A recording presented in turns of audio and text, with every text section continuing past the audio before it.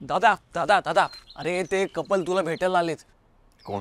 अरे ते अनुषा आणि अपूर्व. कोण? कोण? दादा अरे कुठे हरवलायस? अरे ब्राइड अँड ग्रूम आपले विसरलास का? अरे 10 दिवसांवर त्यांचं लग्न आहे. सॉरी, आठवलं. पण मला का भेटायचं त्यांना? अरे त्या अनुषा आहेत ना, त्यांनी काहीतरी गैरसमज करून घेतलाय.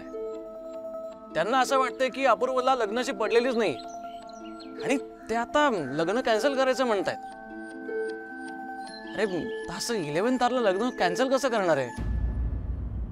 आणि लग्न कॅन्सल केलं तर त्यांच्या आई वडिलांचा आणि आपला सुद्धा किती मोठा लॉस होणार आहे. दादा अरे ते येतात तुझ्याशी बोलायला, तू प्लीज काहीतरी कर ना, समजव ना त्यांना.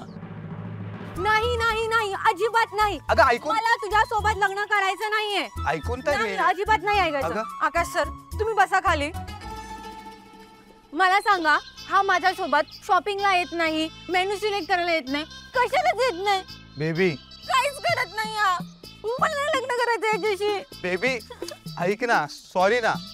हे बघ, लग्नासाठी तू सुट्टी काढून बसली आहेस, पण मला तर नोकरीला जावंच लागतं ना. प्लीज ना, सॉरी ना. मला काही ऐकून नाही घ्यायचं अगं तुझं. अगं बेबी ऐक ना, नाही.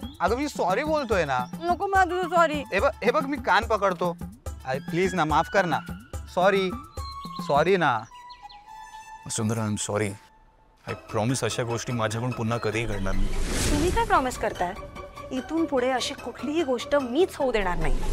प्लीज मला माफ करा. इथे काय मी तुमच्यासोबत कुठेच येणार नाही. सॉरी बोलतोय ना, बघ ना मी कान पकडले. सॉरी. सॉरी. तुम्हाला हाऊस आहे का गैरसमज करून घेण्याची? त्याला लग्न करायचं नसतं तर तो तयार झाला असता का? आणि का हर्ट करेल तो तुम्हाला? आपल्या होणाऱ्या बायकोला कोणी मुद्दामून त्रास देईल का? आपल्या होणाऱ्या बायकोला कोणी मुद्दाम डोक्यात घालेल? तुम्हाला रात्रभर डोळ्यात तेल घालून तो मागे मागे चाललाय ते दिसत नाही. पण नाही, एक छोटीशी चूक पकडायची आणि मग राईचं पर्वत करायचं. सॉरी सॉरी म्हणतोय ना तो. सॉरी म्हणतोय ना तो, मग करा ना माफ त्याला. पण नाही, तेही नाही. लगेच तो इतका वाईट झाला की आजपासून मी तुमच्यासोबत कुठेही जाणार नाही एवढं बोलण्यापर्यंत मजल गेली. थोडा विश्वास माणूस की म्हणून काही आहे की नाही?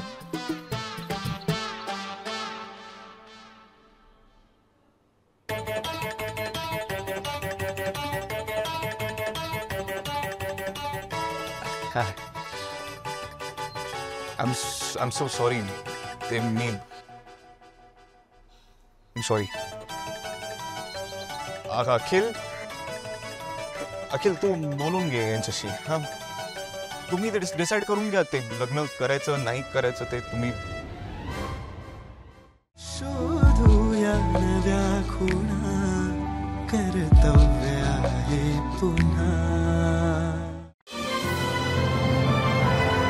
झी5 ॲप आजच सबस्क्राईब करा आणि आपल्या आवडत्या मालिकांचे भाग कधीही कुठेही पहा.